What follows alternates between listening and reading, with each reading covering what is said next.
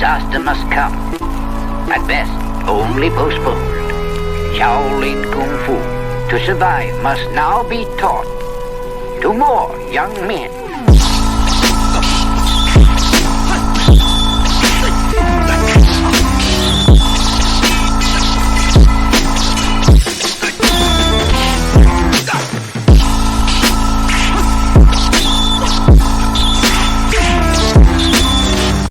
Welcome once again to another episode of Fists, Kicks, and Flicks, a podcast about martial arts, movies, and life. I am one of your hosts, Eugene Plowden, and with me, as always, my podcast partners, Joe Hartley and Angel Diaz. What's up, fellas? Hello. What's up? If this is your first time with us, I want you to know we are members of the Martial Arts Internet Network. On Mondays, you've got Raw with Mimi and Lump. Tuesdays is CTE with Chris Los and Travis. Wednesdays is us, Fists, Kicks, and Flicks with Gene, Mike, Joe, and Angel. And on Thursdays, you can get the Inside Scoop with Alex and Jeff. For more information, you can check us out on all of our social media platforms. Just look for the Martial Arts Internet Network on Facebook, Twitter, Instagram, and YouTube. Fellas, it's showtime. What's going on? Hey, Gene, what's going on, man? Been missing each other last week or so. Right. But we made it work today, and I got to teach karate for Gene's classes all last week, Monday through Thursday. I had a good time with that. The kids, they did a good job, but I did not get to see them at the tournament. I went Saturday. I could not make it on Sunday. Okay. All right. What's going on, Bugs? What's up, man? Now, Muggs, what's going on with you? You done with school yet? Yo, done tomorrow. Hallelujah. Whoa. Yes, sir. That's what I'm talking about. Listen, man, I've had a one hell of a weekend, crazy weekend. I went viral on Saturday morning. People saw me sleeping outside of someone's door. I was on the floor. What? Wait. Now this is news to me. I didn't hear any of this. If you looked at my Facebook, I got tagged. What happened was I went down this weekend for a training camp. This past week I went for a training camp in Virginia.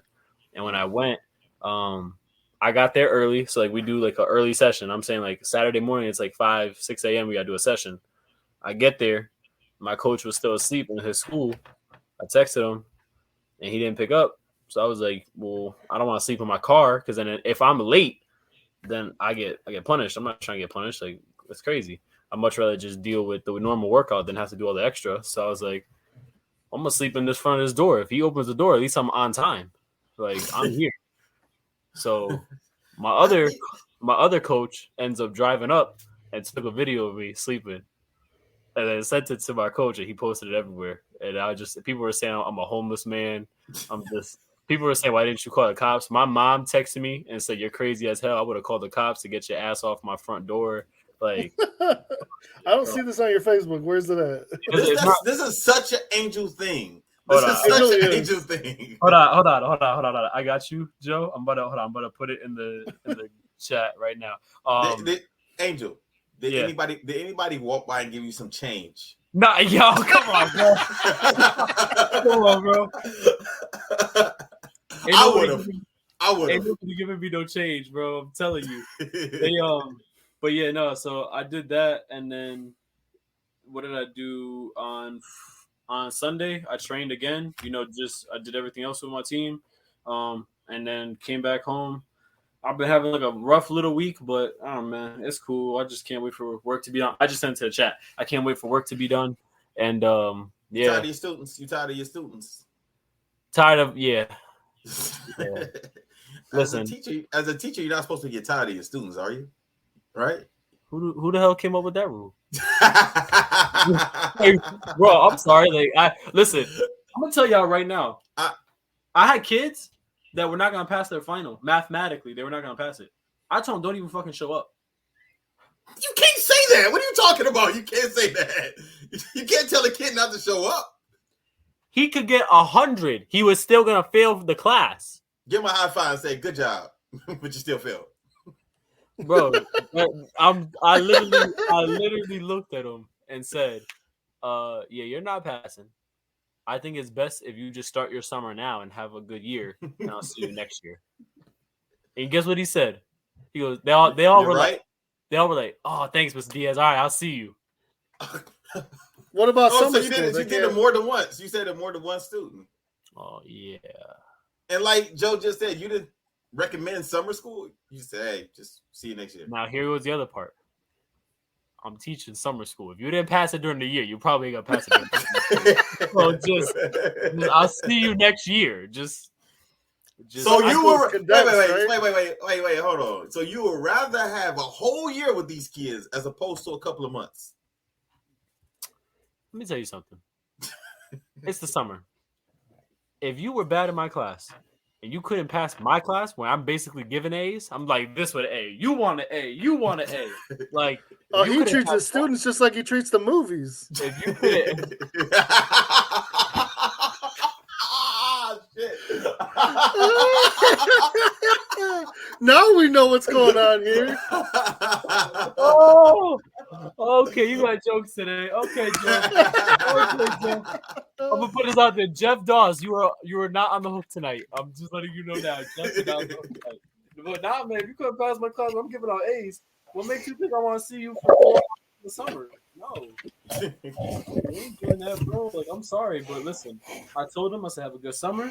You know, and this is how nice I am. That day I told him that, I bought him cookies. So it softened the blow. Oh, you're crazy. Yeah, so, you're crazy for that. So I'm smart, right? And It's my kind of teacher. Yeah, listen, I'll tell you what. I probably this year, no, I'm not even joking. Probably this year, I probably put at least $200 into my classes this year. Because the students that I have, the population that I have, and like the kids that I have, they are rougher neighborhood students. So I have to motivate them. I told them, you guys get good grades on quizzes, you guys get cookies. That was it. But that also made it easy for me because then I'm giving you cookies, but you're earning it. I'm teaching you how to earn your reward. And then when we get the reward, then we watch the movie. What do you teach again? Math. High school. High school math. Are you the only math teacher? Like, I would just ask for somebody else. Let's put it like this. If out of all of them, you want me instead of all the other ones. Oh, well. I remember in high school, so my parents, for whatever reason, I have no idea why they did this.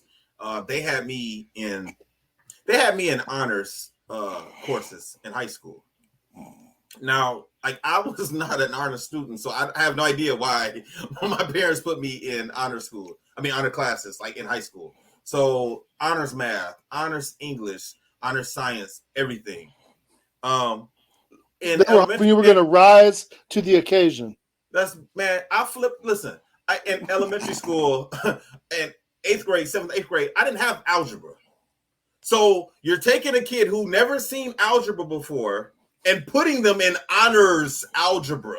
That's what I teach. I was like, okay, so I'm like, you remember in school, back in the school, like up at the top on the walls and around the board, the classroom had borders. It had 1, 2, 3, 4, 5, 6, 7, 8, 9, 10, and it had ABCs, right? They're called anchor. They're called anchor charts, sir. Okay, I don't know. I ain't a teacher. So anyway, it was a border to me. It was a border decoration.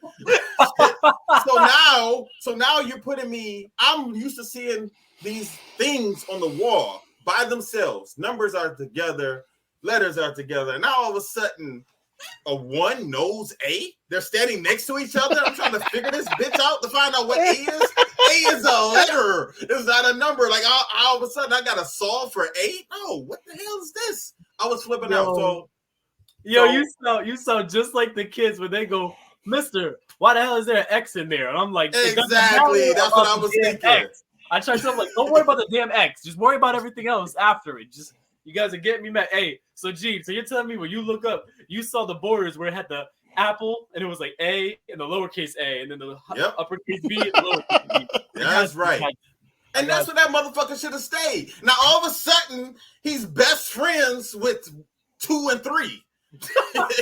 You know what I'm saying? So I had a hard teacher. I'll never forget this lady. If she's listening, she probably not. Her name was Miss Jean-Pierre. I had her in 9th grade. She beat my ass all the time. Like, I could not get her shit straight in my head. Like, she had me at the board, the blackboard, damn near in tears. Because not only am I worried about getting the F in her class, I'm worried about going home and dealing with my mom and my dad and my uncle. Because anytime we got a bad grade, we had to talk to Uncle. You know, so ninth grade algebra was rough. I had to go to summer school, right? So now, fast forward to 2 years, 11th grade. I have her again for algebra 2. Oh no. That's right. I'm in her class for a couple of days, and I tell my homeboys, like, yo, I'm not doing this shit. I'm not going to summer school. We're in the 11th grade. I transferred out. I didn't ask my parents. I just went to my counselor and said, yo, take me out of Miss Jean-Pierre class, put me in regular algebra, and I will be fine. And I was fine. I did fine. My homeboys, they struggled a little bit. I said, hey, I told you. They didn't want to leave when I left. They stayed there, you know, so they had a little rough time. And let me tell you, that you say you were in honors, it makes me laugh because I was never an honor student. They have like tiers, like tier 1 is like the highest, and they have tier 2, tier 3. I was like a tier 3 mostly, and then my senior year I went up to tier 2, which was like a big accomplishment for me. But the only time I was ever put in honors class, I was in middle school, and I spent a week in an honors science class. They made a mistake on my schedule. So still to this day, I still put that on my resume. I was an honors student, and that's how good I was. After that week, the science teacher went to the counselor and said, "This kid does not belong in my class. Put him in the lowest level class we have." And he put me in the lowest level class. And then you turn around and start teaching other kids. Hey, listen, let me tell y'all, it ain't about how you start, it's how you finish, okay? Listen, I'm going to tell everybody right now, whether people want to hear this or not, let me tell y'all right now, your doctor that you go see, right?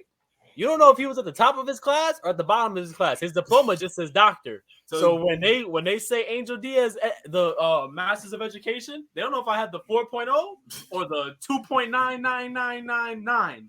As long as I got that Masters of Education, that's all that matters. So, and in high school, I would have loved to have that 2.99999. I would have been talking shit if I walked around with a 2.999. Listen, I'm almost 3.0. You might as well say I'm 3.0. I'm 2.99999. I'm gonna just say I'm 3.0. Oh God.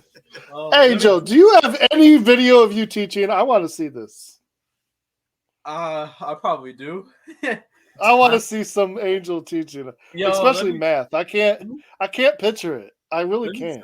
Let me tell you, my kids will tell you, I'm strict that they need to get their work done, but I'm probably one of the most honest teachers they'll ever have. So I tell them straight how it is. You know, I one time I had to have a talk with my class. We didn't even do math that day. We had to talk about baby daddies and baby mamas and why we don't do that. We just sometimes we just gotta flip the script and we gotta just talk about the real stuff. So. Yeah, man, that's me. But let me tell you something, man. I'll tell you right now. I think my kids they make a good case that they're gonna do good in the future. It ain't about how you start; it's how you finish. Yeah. I hear you. You know, in high school, go ahead, Angel. I was gonna say in high school, out of 200 students, let me tell you, I was 176. Okay, that was my class rank. Out of 200 students, I was 176 class rank, and my GPA was a 2. Let me tell y'all. Now, fast forward to my freshman year of college. I had a 0.09 GPA. I didn't go to class. Okay. Wait a minute. Is this supposed to? Are you supposed to turn stuff around pretty soon? Wow, give me a second. I had a 0.09. That means you basically didn't do shit. That basically means you went in the opposite direction. I thought you were supposed to get better. No. Listen, I'm gonna be real with y'all. For everyone that knows, when you go to college, that first year, you don't know what happens. So that first year, I lived life. Okay. From my sophomore year till I graduated graduate school, I never missed making the dean's list once. So let me just tell y'all that, okay? Now, I may have had to take a couple of summer classes, winter classes in the middle, but your boy graduated with a 3.1 GPA in undergraduate and a 4.0 in graduate school. Just saying. Well, like you said, man, it's not how you start, it's how you finish, man. And it was the same thing with me when I went to college also, man. Miss Jean-Pierre was so hard in high school. When I went to college, math was not hard for me. My first year. It wasn't hard. Algebra, I thought it was the shit. I was helping girls. I was tutoring and shit. I thought I was the shit. For real. I went back and told Miss Jean-Pierre. I really did. I went back to high school, and I went to her classroom, and I had a nice little talk with her. And I told her, I was like, thank you for being so hard. Because, math in college, the first year wasn't that bad, So That's Man, good. I've been going nonstop for the last 2.5 weeks. Like I have not stopped moving, doing something, working. I just been going. So I got a new job, and I had to go out to Chicago and get trained with the new position. And so I had to go out there for a week. Initially, I was supposed to fly out there, man, and I told my manager, I was like, Detroit's only 4 hours away. Like, I don't really want to have to fly out to Chicago. I could just drive. It's no big deal. I can be comfortable. I can get some snacks. I ain't got to worry about sitting on a crowded plane with all these people. And at first he was like, no, it'd be more. It'd be best for everyone if you just fly out. Anyway, he changed his mind. He called me back and said, well, if you want to drive out, that's cool. He was like, if your girl wants to come out also, that's cool. So I asked Melissa if she wanted to come too, and she jumped on it. She was like, yeah, she works remote. So it wasn't an issue for her taking that time off. So actually she didn't. She worked from the hotel. So we ended up driving out there last Saturday and, hung out in Chicago. I never really, hung out in Chicago too many times. That was like the second time I've ever went to Chicago and just was able to hang out. Because most of the time, Joe, when we used to go to Chicago, we would see the hotel or the gym, and that was it. And then we were back on the road, headed back to Detroit. So I got to hang out. Steak and shake. Right. Those peppers, right. So on the way back was hell. Like going out there was fine. Coming back, it took me an hour to get out of Chicago. I don't know how Alex does it. Dingman. I don't know how he does it. Like living out there. It took me an hour to get out of the city, not the suburbs, the actual city on the freeway. That's then crazy. When I finally get out of the city, and I crossed into Indiana, we had a standstill. A truck dropped a trailer, one of those tractor trailers. It dropped it on the freeway, came off the truck, and fell down in the middle of the freeway. And they had to stop. No, not from the top. It was like on a flatbed. It's like on the flatbed. Yeah. So it fell off, and it was because we passed by it and we saw it broken up on the freeway. But we had an hour standstill, and I'm thinking like, damn it, not with these gas prices. I mean, I was getting to the point where I was just about to cut the car off. Some people did. Some people did cut the car off. Some people were dancing on the freeway. Some people were just standing there. Me and myself and Melissa, she was getting a little irritated, because we were ready to go. And we finally got home. Normally it's a normal 4-hour drive, 4.5 hour drive from Detroit to Chicago. It took me 7.5 hours to get home. Yeah, and I had to come right to the school. I had to come right to the dojo, and my dad was in there teaching because I texted him. I texted him and said, "Dad, I'm going to be running a little late." That's what I said because I thought I was going to be, maybe about 30 minutes late. Can you get up there, teach the 4, 5, 6 year olds for me, and I'll be there shortly. And he said, "Okay." But then I got to thinking about my dad. My dad is a old school karate instructor. He's old school. He's from the 70s and early 80s. So I got to thinking about my little ones, my little kids. And I said, well, I probably should call Travis. He's in town. He's home. Maybe I should call Travis and have Travis go up there and help Dad out. So I called Travis and say, hey, can you go up to the school, help Dad out? He's not going to be able to teach the 4, 5, and 6 year olds. And Travis was like, no. I was like, Dad can't do it. He said no. He said no. Yes, he said no. He said some shit. That's so fucked up. Oh, he said no. If he's gonna be up there helping you teach, he needs to work with those. He got to get used to working with the little ones, the 4, 5, 6. Let him do it on his own. I was like, damn. So I can only imagine how it went. Hey, yo, Trav out here parenting your dad. He's over here. He's over here saying, no, he needs to learn a lesson. No.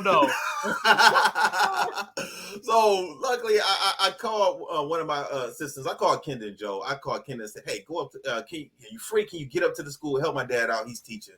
And Kendon said, yeah. And he went up there. Luckily, he was free. He was able to get up there. Help. Because I don't know, like in my 4, you don't see the little ones, Joe. But my 4, 5, and 6 year old class, I got about 14 or 15. Yo, 4, 5, and 6 year olds.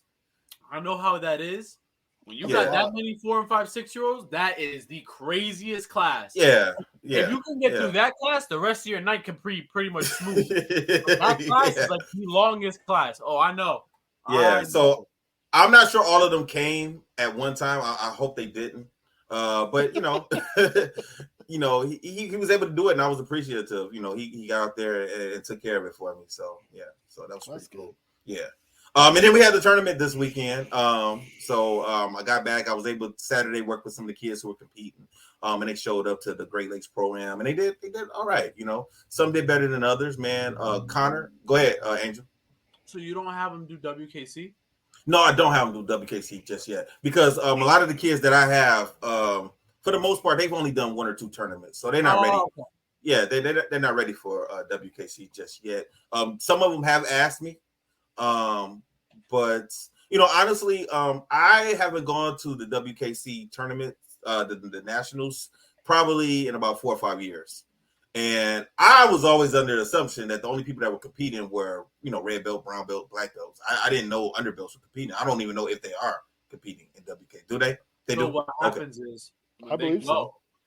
They just compete in the weight category and the age category. There is no like belt rank. You know what I'm trying to say? Okay, yeah, I got you. So no, I definitely wouldn't do that for these. Yeah, I definitely wouldn't do that for purple belts and gold belts, throwing them out there so they can fight a black belt or a red belt. Nah, I'm not going to do that. Yeah, no. You wouldn't do the only time you really see people do that is if you're like continuous. Continuous, and if you're like that 15, 16, 17, and you're like a brown belt, you'll go and compete in there. So like that's the only time. Yeah. So I had some kids go out and do some things. You know, I had one student who was a purple belt. She ended up competing doing her forms in the intermediate division, and she won. I was surprised. So her mom accidentally put her in the wrong division. That was her first tournament, and she ended up winning first place. So I was pretty happy with her.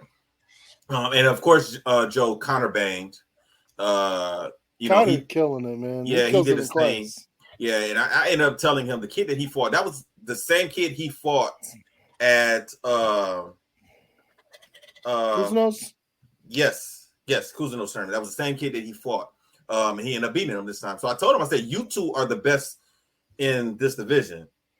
You guys are going to see each other over and over and over. You guys are going to grow up together. I could just tell. I don't think that kid is going nowhere, and Connor's not going anywhere. So I told him, like, you got to get used to fighting him. So, you know, you guys wipe everybody else out of the division. You guys hopefully are able to fight each other in the end. So let's get into the movie now, man. We talked long enough about every other thing.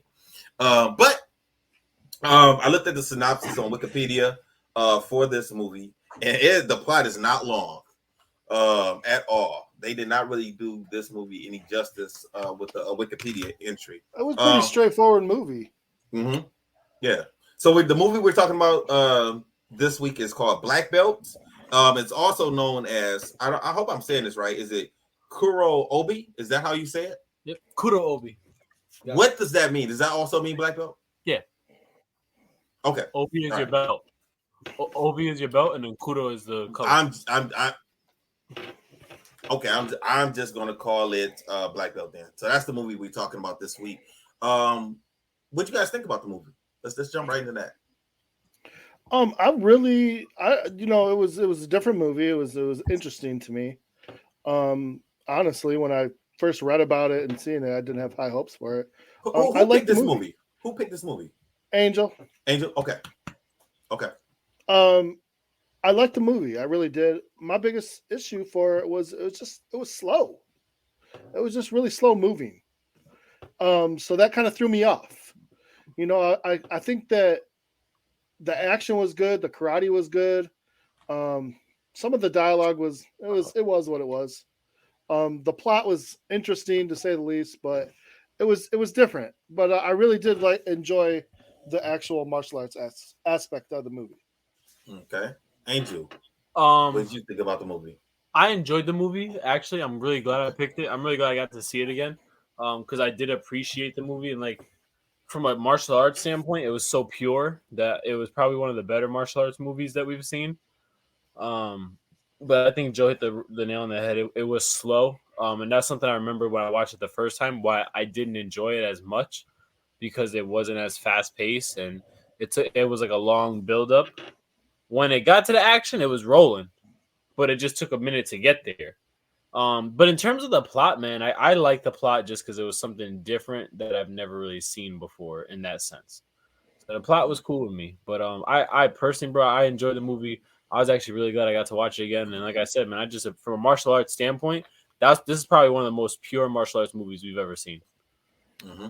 I agree with that. And then the crazy thing, I was just telling Gene earlier today, Black Belt Magazine put a thing out. What's the most underrated martial arts movie? And this one came up quite a bit on there. There was over 600 and some comments, and I swear this one was every maybe 5 or 6 comments. This movie was on there. So I mean, Wow. Honestly, that kind of shocked me. I wouldn't call this an underrated movie. I thought it was pretty straightforward. So I say it is Black underrated. I say it is underrated because no one knew about this movie. Well, Like, you I'm see, just- okay, so I guess my definition of underrated, like if I'm going to think of a movie that's underrated, like what's a movie that, that maybe people don't know about, then I guess, yeah, because I never heard of this until you said something about it. Yeah, the way we found out about this, me and my brother, was I'm pretty sure he actually got it like off of, when you like walk by, back in like in the mall, you would see those like movies at like the stands. Yeah. He saw it. It was dubbed over, like not it was still Japanese but with English subtitles, and he watched it, and then we both were just like, wow, this is probably like one of the best movies we've seen. It's really good, man. So that's pretty much how we found it, honestly. What do you think, Gene? I like this movie a lot. I was surprised because at first I didn't think I was going to like it. Because it started off when they were doing all that breathing at the very beginning of the movie. Like the first, hold on, I got it playing right now. The first 3 minutes is nothing but breathing. Yeah. So, yo, listen, you know what's crazy? When I heard it, I was like, what the fuck are they doing? And then I was like, oh, they're doing kata. Got you. I got it. I'm in there. Yeah, so when they were doing it, Melissa was asleep on the couch. And she just, that woke her up. That's heavy breathing. That old kata breathing. Yeah, it woke her up. Yeah, Angel, I see you just read my message. Yeah, I just read your message. Yeah, so I woke her up and she leaned and she looked and she said, What is this? I immediately thought she was going to hate the movie. I thought she was about to get up and go upstairs or something. But she sat up and she watched it with me. But I liked it a lot, man. Yeah, Joe.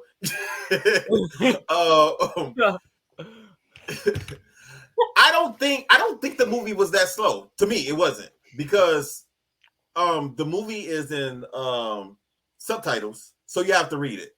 And I'm not a fast reader, so by the time I read what was being said and looked up, it was time to go to the the next scene or the next person talking. So I didn't take it as being slow. Like it was maybe if you compare this movie to other martial arts movies, I would say it's slow because there's not as much fighting and action in the movie, right? Yeah, but how many like they really go for it. They do. Like even at the very, very beginning, we have some conflict at the very, very beginning of the movie.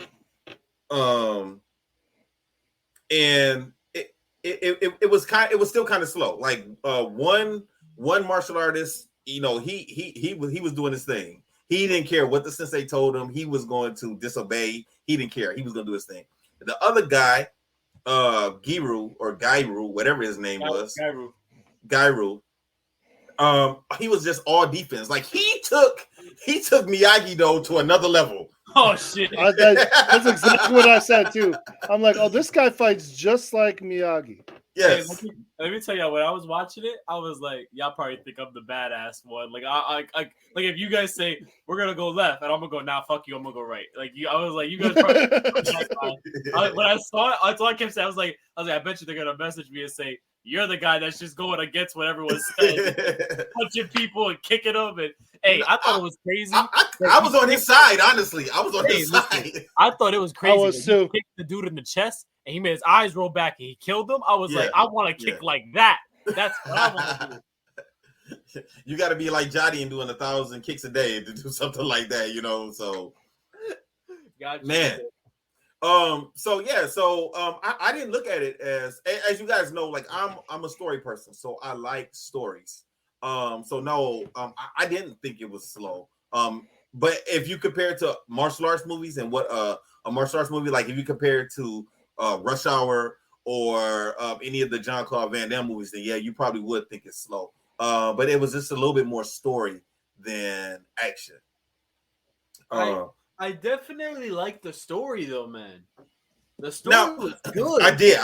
And I think that's why Melissa liked it also, because she actually watched the whole movie with me and she didn't complain. She normally complaining or saying something, or I ain't lying. Like she'll look at me and say, she probably be cursing me out every other week. Like this. Yes, she does. Yes, she does. Yeah. She says, "Who picked this dumbass movie?" She'll say, "Like, did Angel pick this dumbass movie?" I'll be like, you know what? The next time that happens, I'm bring her on here. I'm dead serious. Bring her on here. Hey, let me that would be so funny. Let me tell you something. When I see Melissa in person, I'm gonna go, please don't yell at me. I'm sorry. I don't know who it is. Like, don't yell at me. I'm gonna put it right on. You tell me there's Angel right over there. Get it. So, like a lot of times she'll just go to sleep, but she stayed awake and she watched the whole movie. And she even came and sat next to me to watch it, and she really got into it. So yeah, and I think it was because of the actual story that was going on. I thought she was actually going to complain. I turned to her at one point and said, "How come you're not talking about that it's in subtitles? Like, you're not complaining that it's subtitles?" And she's like, no, I like subtitles. I have no problem with that. And I said, oh, okay, cool. You know what I do with subtitles? I always do this, even with my anime. I'll watch it the first time just to, if I miss some of the action, but I can read the whole thing, then I'm like, okay, now I know the story. Now the second time I watch it, I can miss out on some of the story because I already know it, and then I'll be watching it more for the action. So that's what I did. I watched the first time. I got all the story. I saw most of the action because, like I said, it was a little slowed down. And then the second time, I just watched it for the action. If I missed some of the subtitles, no problem. So you did watch this movie twice, Joe? I did, yeah. Okay. I only saw it once. Okay, but I enjoyed it. Now, my question to you, Angel, I've been waiting to ask you this. Yeah. Is this based on a true story at all? So, all right. So this is the truth about it. At that time, yes, that was what was happening. So, like, how do I want to say it? The Japanese invasion, they were going around because at one point karate was forbidden. Like, you guys know how ninjas came about, right? Not really. I never really got into all of that. Hey, like quick. Basically, they were farmers, and they just took the weapons that they used, and that's how they revolted against like the empire, right? Like that's like a short way of saying it, because they were like the samurais will come, take their crops, take whatever, and the village people just revolted. They use like whatever they had. So like size is like what they used to like make holes for rice. So they used that. Then ninjas became like a clan from there. So basically, karate was illegal to even be taught in Japan. They were going around shutting down dojos because, they're trying to control, and that's karate was used to like revolt. So in terms of were these people true? No, maybe so. But the overall of what they were doing, like how they would shut down dojos, that's real. That's number one. The next thing that is real is in Japan, especially in that time, the way you could take other people's students, and the way you did it was the instructor would fight the other instructor. If you beat him, you took all his students and you took his school. That's what that guy ended up doing. And that's why I say, like, yes, like all those aspects are all true about like what was going on at that time. Now, okay. Like I just don't know if like there was a real story about those two. And yes, that's what I wanted to know. Was there a story? I think that's the creative side of it. They made that happen, and maybe something could have. Tell me this: who does that military work for? So this is my thing. I want to say the military worked for not the emperor, because they had a signed paper from the emperor, Yep. and that military general just ripped it up. Yeah. Like it didn't. So obviously, or they don't believe they have to report to anybody. I thought it was, to me, I thought they just didn't believe him. I'll be honest with you. One, they didn't believe him. How can you have a signed letter from a signed document from the emperor with his seal on it? Like that should be. Yeah, but in those days, that's all it took. Okay, so like, let me just play devil's advocate here. I don't think he cared. Yeah, I was gonna say this. Let me play devil's advocate. We know sometimes, like, let's just say in other military groups, there'll be like one rogue platoon. They could have been the rogue platoon. Like they're just gonna go. We don't care what they say. We're just gonna take what you got. Yeah, anyway. that would have made sense because maybe that's that guy. Like we're just gonna take whatever. We're just gonna take what you got, and we don't care. And that's just how. And then you know what else got me? Here's what else got me. Okay, so that happens, right? And then so the one guy, he goes and he starts things, and he gets cut. So now, like he's pretty much done. He can't do karate anymore. His arm was pretty much destroyed for the most part. He didn't lose it, but that was an asshole move. But then the other guy comes out and just starts messing people up. What did he kill? 2 people before Sensei told him to sit down? Yo, listen, let me tell you something. That the Sensei said we will not use violence. Yeah, I was wondering about this because he didn't do anything. He said we will not use violence. Before they even got into the dojo, the dude stepped out, he punched him in the throat and killed him. I said, what the hell is this? Like, it should have made me laugh, and it shouldn't have, but it made me laugh I'm gonna so tell bad. You know what pissed me off was I was like, he put that guy down so hard. Then the other dude got his arm sliced up for him. I was like, that's what I'm saying. Okay, but here's the part that gets me. So here's what I want to talk about. So this guy kills 2 people. Nobody bats an eye, right? Well, Sensei's not happy about it. So Sensei puts in Giru. He kicks the crap out of this guy, makes him look like a fool, but won't kill him.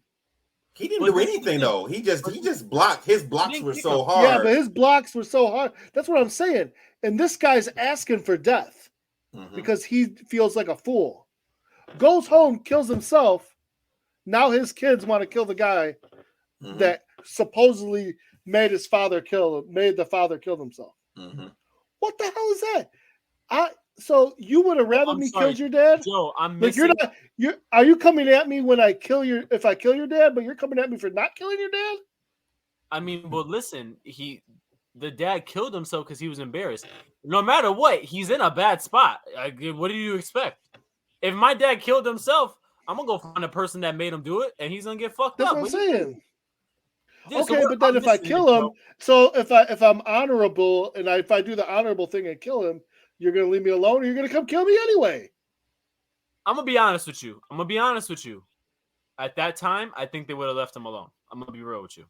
Which is crazy. but remember, this is if my dad's in the military, he goes to war, and somebody had a chance to kill him and they didn't, I'm gonna be happy. I'm gonna shake that person's hand.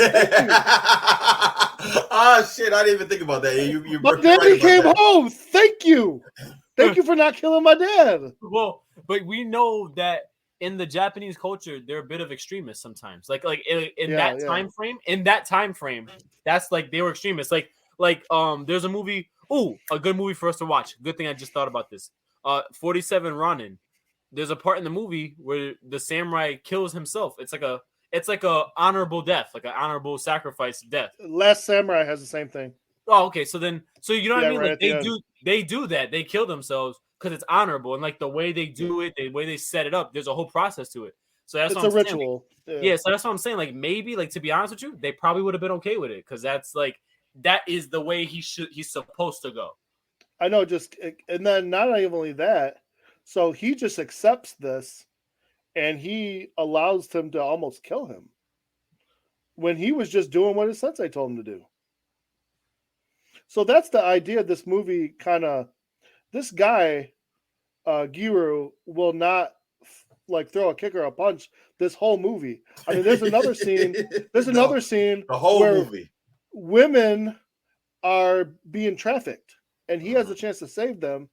and he's still blocking. And there's 12 guys fighting him, Mm-hmm. and he can't block them all. Mm-hmm. He needs to put some people down. Yeah, and he gets beat And he up. won't do it. He almost dies himself. He This is to save you. You should be. I think your instructor would have been okay with you saving the honor of these women. Like, come on, man. He listens to his sensei. So, no, I get it, but then, so here's why it really got me, and it does. This is why I really thought this movie was interesting, because this whole time, like, nothing can get this guy to fight until the very end. His boy, what's his name, Tiasu or something like that. Teikan finally gets him to start throwing kicks and punches. Oh, he had a choice. They were fighting to the death. I mean, you're not gonna kill somebody by blocking them to death. But he let all those other people almost kill him. He didn't try to punch. He could have took them all out. Well, and he should have been defending even the little boy. Oh, the little boy punked him. I would have dunked that little. I would have dunked that little boy in a barrel or something. But he wasn't wrong. The little boy wasn't wrong. Like, dude, my sister. No, I wouldn't do it. I wouldn't have done it because he was wrong. I would have did it because he's running his mouth, talking shit. Like, that's how I would have did it. Like, I'm a grown ass man. Like, you don't speak to me like that, That's why I would have did it.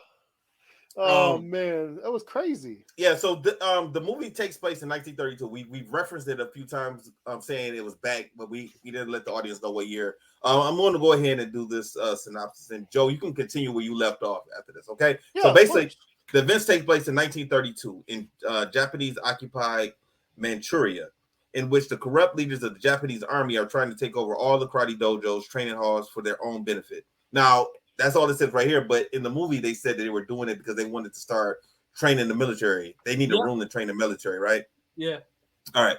The master Ikan Shibahara, I hope I said that correct, from one of these dojos located in the southernmost Japanese island of Kyushu, dies before passing on the Kurobi black belt to his successor. That was another weird part that I didn't really care for too much. The way he died was wild.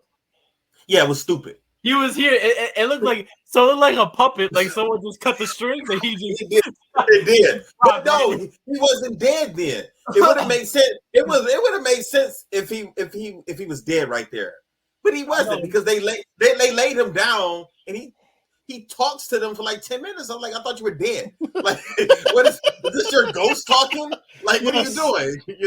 Because once you see the scene, the way he slumps down, he instantly should have been dead. Like, what was that, a heart attack? What happened? We don't know. We don't even know why he died. He wasn't in the fight. Nope. Nothing happened to him. Did you choke on a grape? What happened? That was weird. He just died out of nowhere. Just out of nowhere. Just it was odd. So anyway, it was odd. Three of his pupils, Teikan, Giru, and Choi. I think it's Choi, his name. They have the task of deciding amongst themselves who deserves the most. After they bury the master, they're forced to leave the dojo and join the Japanese army. I'm not sure if that's exactly how that happened. It was a little bit more detailed than that. At this point, their journeys lead them on different paths, both in life and understanding. That's another thing I don't really like, because I don't think Giru had much of a choice at what path he went on. Journeys lead them on a different path, both in life and in the understanding of their master's teachings of martial arts. They are reunited in the end to battle together against corruption and uphold tradition. I'm not really sure if I agree with this Wikipedia synopsis. What do you guys think? No, I did a better job telling a lot more. Yeah. This a lot more. Yeah, this really doesn't do the movie justice. If I would have read this before I would have watched the movie, I would have thought it was a bad movie or boring or stupid or something. There's a little bit more context to what happened. So you can continue, Joe. So basically, what's happening? All of them, they decide to go with the Japanese army. I don't even remember why, because at first they got them to go away, but they came back. Now at this point in time, Teikan, he decided that he was going to help them for some reason. He was going to, going for different path than what his instructor, his teacher wanted. And he didn't. It didn't seem like he really thought too much of his dojo brothers. No, he didn't. And not only that, he thought he was the one who should have been the successor, even though he was going against his instructor. And then on top of that, I think he liked the idea of helping the military because they were giving him victims to fight all the time. Right. They were giving him people to beat up and kill all the time. Now, what you just said, Joe, do you think the other two, based upon watching this whole movie, if Taycan has said, well, I'm going to be the black belt now, even though all three of these guys were already black belts? Yes. Well, the black belt is just the symbolism of saying like you are now like the head instructor. Right. But if he would have said it at that point, after the master died, if he would have said, you know what, I'm taking the black belt, I don't think these other two would have put up a fight because they seem very passive. I think they would have just been like, all right, go ahead.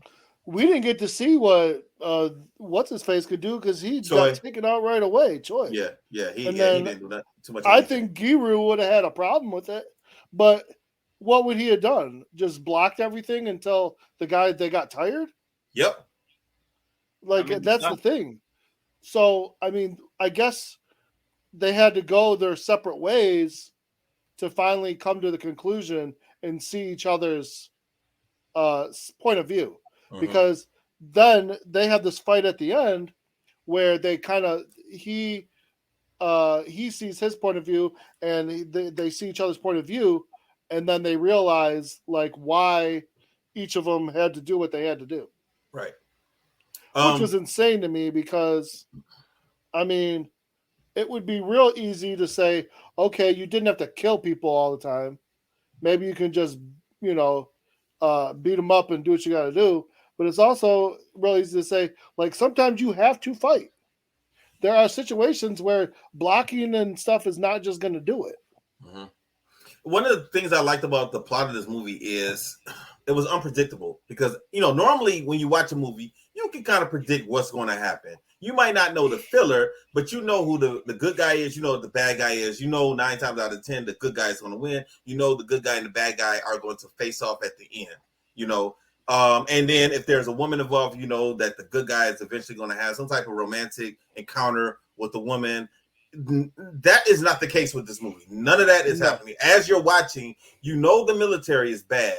And Taycan has some issues, but we don't automatically know who is the hero and the villain. And I really couldn't tell by watching the movie who was going to end up being the black belt. I couldn't tell either.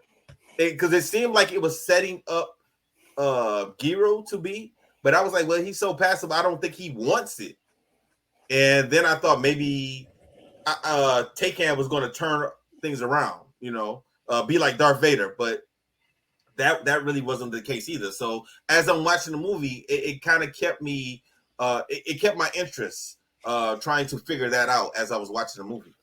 But the crazy thing is, we basically covered the whole movie, but it took Giru killing Taycan for them to realize each other's side, and then for him to actually get the black belt, which is insane to me because it's like you spent this whole movie not killing anybody, not even throwing a punch, and you let this guy goat you into fighting him, and then you end up killing him. So, does that mean you did the right thing the whole time because maybe you would have killed all these people? Let's talk about how they separated. So was he a captain or a corporal? I can't remember. Wait, I think he was a captain. Yeah, he was a captain because they killed the other one. Yeah, well, the other one killed himself. Yes. So his kids come back, like Joanne Angel said, his kids come back and they attempt to kill Giru. They have a spear and they stab him with it, and then they push him over a cliff. Okay, they did not actually stab him. He fought them off. He let them stab him. He let the blade go. He let that blade, yeah. Because he had that blade caught. He had it. And then he could have messed her up. He knew that they weren't going to stop. So he said, in his mind, instead of me having to attack them, there goes like that defense passive way. He kind of just you saw he didn't let it go in deep enough. He just let it go in just enough that they saw the blood, and that was it. That's really what he did. Yeah, okay, I got that. But if he did it on purpose, why in the hell would he fall backwards off of a cliff? I don't think he meant that. Yeah, to sell that shit. I mean, he was up high. That he should have been dead off of just that. Yeah, but I don't think he meant to fall like that. I think he just meant to get stabbed, or he felt like maybe he deserved it. Yeah, well, he thought wrong on that one, and yeah, that was crazy. So he ends up falling off this cliff, and a little boy finds him, and his sister nurses him back to health.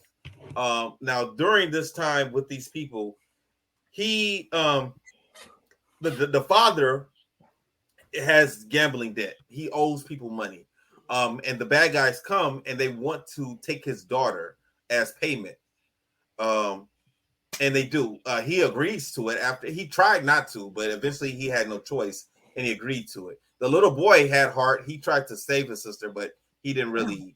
It was nothing really the little boy could do. And he got upset at Giru for not helping, especially after they felt like they saved his life. So, I mean, I don't blame the little boy. Like you said, Joe, like he was right, you know. No, he was. He was 100% right.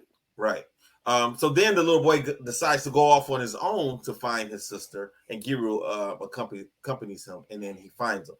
This is the part that I like. So he's pretty much there. They took her to was it a brothel? Would you call it a brothel? Whatever. A place where these guys were taking advantage of women. And Takan was there. And when the little boy said they're going to kill Giru, and he jumped up, I said, oh, he still cares for him. That's still his brother to him. And he ran out and, he saved Giru's life. But then he pretty much just dissed him after he did that. He totally did. What do you guys think about that whole thing? How we get introduced to this family, and it kind of takes the movie on a different direction. That's why I was saying, like, the movie kind of it just kept me on my toes. No, it was crazy. The whole thing was nuts, and that's why I mean, again, that's like you said, the unpredictability was the best part of this movie, but it was still crazy. Go ahead, Angel. I'm gonna be honest, like the fact that the director did such a good job with this movie in that sense of not making it follow the same pattern as all other movies, that even though I saw this already, I was still like, I didn't remember it. So I was like, oh, like I was just as surprised as you guys were. I was like, oh, this is getting crazy. Oh, this has a different dynamic to it. So that was really good that he added that in. Yeah. And what did you think when Takan eventually joins the Japanese army and goes around? I knew it was gonna happen because now, not because I knew the movie, but you just knew, like, so this is what I meant to say earlier. I think Taken had such a big issue. His ego was bigger. Was like he couldn't control his ego, right? Not one. He had to be the best martial artist around. And by him doing that, it's like when he beat one sensei, he just wanted more. And he wanted more students. And he wanted more people. That was who he was. Like, that was something that's how I feel. So when he joined the army, it didn't surprise me because who are they all going to report to? Him. And realistically, ain't nobody, he already beat up the army. So ain't nobody in that army can kill him unless they got a gun. Go pow. Well, they kept trying to find people because they were bringing in other, like, martial artists. But he was making them look stupid. Right. And even the one guy, I thought, like, at the end of the last fight he had before he fought the dude with the dude that wore the I forgot what it was. Everybody was interested in that fight that he was about to have. Yeah, and they really thought it was going to be something, but he made that guy look stupid. Yeah. His name is not even listed on here, so I can't. And he didn't even have to kill that guy, and he did. He just don't care. Well, they were fighting for the black belt, so that's what was on. Remember back then, you fought to the death. Yeah, well, it was just crazy to me. You fought. I thought that guy was going to give him a run for his money, but really, he got a couple of hits, and that was about it. Hey, let me tell you guys something. You guys want to hear something crazy? Sure. Go ahead.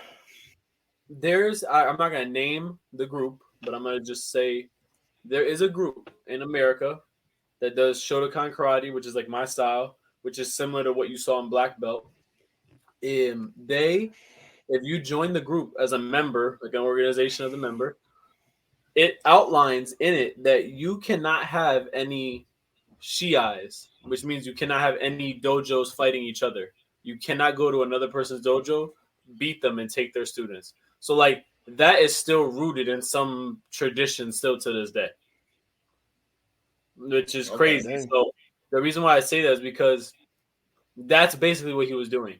He was just conquering dojos. He just wanted a shiai. If you think about it, he's basically doing like similar to like a tournament, except it was just like one set fight. So he's just like, hey, I'm going to practice, and then I'm going to go and find this person and go fight them. And then if I win, that gives me another fight to train for. So it's kind of crazy, but yeah, that's what that's something that I think is interesting, that some people still have those thoughts still to this day. Okay. All right. Y'all want to wrap up the movie? Yeah. I mean, we covered it. It's Yeah, we a did. good movie. I would definitely recommend anybody to check this movie out. Don't let the subtitles bother you if that's your thing. Oh no. You know what? You can I really actually, get into the movie. after so long, I know it's gonna sound weird, but I kind of forgot I was reading the subtitles. No, And it that just happened. to me. Yeah. Okay. Yeah, and it just kind of seems like I was like reading it, like I could hear their voices and things, you know. So that was pretty cool. That was pretty interesting. Yeah. What grade would you guys give the movie? I'm not saying 27. shit anymore. I'm gonna wait till the end. Oh, just enjoy it and give it what you want, man. We gotta give you crap. You already said you give everybody A's. It's all good. I'm gonna give it a solid B plus. You know, there were a few things that I would have liked better, but for the most part, I really did enjoy the movie. Angel, you want me to go? Yeah, you go. Then I'll go. I give it an A. I didn't see any flaws. Like I mean, there's normally something that I can pick apart, but there's not really much to pick apart in this movie. The martial arts were good. The story was good. I really don't have anything to pick apart, so I give it an A. I agree. I wish it was dubbed. I would watch it again if it was dubbed. Yeah. I'm not sure I would watch it again and want to read it, but if it was dubbed, then yeah, I definitely would watch it again multiple times. I give it. I'm gonna be honest. I give it A minus. The only reason why I get to A minus from me is only because there's just little things I wish I could have knew a little bit more about. So kind of like just like how we talked about in the beginning, like just like with the whole, I would have wanted to know more about the military a little bit more and what was their real reasoning for going there in the first place. There was that, and personally, I kind of wish I would have seen Choi have more of a role in the movie. Yes, I agree 100%. Not if you're going to show us three guys, come on, give us three guys. Yeah, and I get his role. His Choi's role was supposed to be like the peacemaker. Like he was on either side. Like he wanted to be on this side, but wanted to be on that side also. And he if you think about it, right, it was almost kind of like the Ninja Turtles. And I say this, and I say it in this way. You have one person that was very reactive and explosive and always wanted to act first and then think about stuff later. Mm-hmm. Then you had the other person that was so passive and just thought everything through but never took action. And then you had Choi in the middle who was always hearing both sides and would give advice to both sides. But, you know, he was more of like the intellect. He was like the Leonardo of the group, like you would say. And I just felt like you know, take man, he was more like Raphael. Like he was just out there just doing whatever he wanted. Mm-hmm. But I say it's A minus in my sense. But it also, man, I do say like it is a really good movie. Like I'm really glad I picked this one. I just want to put everyone for everybody out there. I picked a great movie. It's coming from their mouths. Jeff, take that. You know. Is he trying to say you don't pick good movies ever? Yo, Jeff be getting on me. Jeff be telling me you guys gotta do this movie. You guys gotta do that movie. I'm like, no, Jeff, man. Like, bro, it's not as easy as you think. Because I was about to tell Jeff, let me see you pick a movie and let them tell you the movie's a piece of shit, and then let me see you pick another movie. Your confidence ain't the same when you want to go. All right, Joe. We've all had our moments. So, Joe, what's next on our list, man? You know what? And I was looking where I can find it, and I actually did find it because I have seen other couple people bring it up, and I do like the movie. It's called Only the Strong. It's Capoeira. Okay, that's interesting. Yeah, it's all capoeira, and it's the martial arts in it is actually pretty good. The storyline is basically Dangerous Minds. I mean, that's literally what it is. Okay. So I mean, you may make fun of it, you may not. I mean, it's basically what it is. Okay. It's Dangerous Minds with capoeira. It's on YouTube. The whole thing's on YouTube. Okay, sweet. All right. Only the Strong, 1993. It's got. I feel like I saw that. Back in the day because capoeira was really popular in the early 90s. Really? A lot of people were practicing it. Capoeira has always been interesting to me. I think it's something that's pretty cool. This shows it actually like people using it to fight. I mean, I've never seen a person in capoeira in a real fight, but it would be interesting to me. I tell you what though, so a capoeira guy does that shit at the tournament, he'll probably throw us all off. Oh, 100%. But then what's the is it the quest where the guys I think he wins 2 fights, and then the third fight the guy like comes out and just lays them out. If I ever saw anybody, that person deserves what they get. If they competed in a tournament and did capoeira, they deserve what they get. If they're doing that shit and they get an axe kick dropped on their head, I wouldn't care. If they get stomped, I wouldn't care. Think about it. You go to throw an axe kick at them, they're already low and they're known for throwing spinning kicks and twist up kicks. You're probably gonna get hit with it. Think about it. It depends on the martial artist. I'm just saying, think about how Raymond Daniels would do a spinning kick. Didn't matter if you were kicking at him or not. Yo, if it's a Do you think if Raymond was throwing an axe kick at a capoeira person, he's worried about getting kicked with some flippy kick? That's the whole point. He's not, which I think the other guy would actually hit him. I'm just saying. I don't think so. Oh man, I hope not. I hope nobody would get hit with nothing. I'm saving this for me. Let's set it up. Saving this for main point.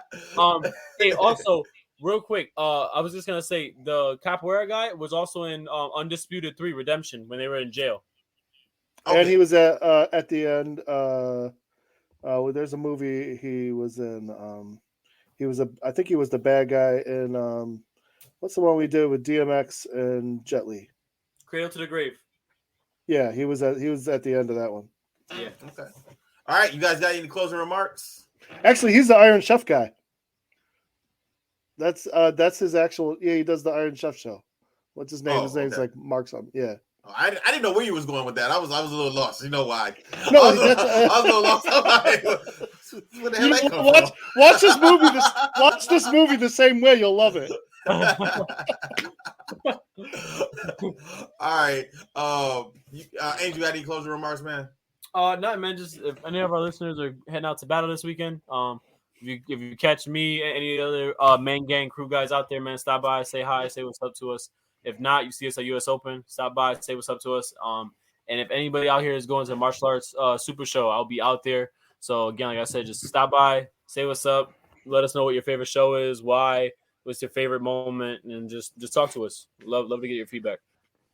All right, that's it for this week, guys. Everybody out there, stay safe, stay strong. We'll holler at you guys next week. And guess what, guys? We got the director back. Director, play our music. Disaster must come. At best, only postponed. Shaolin Kung Fu, to survive, must now be taught to more young men.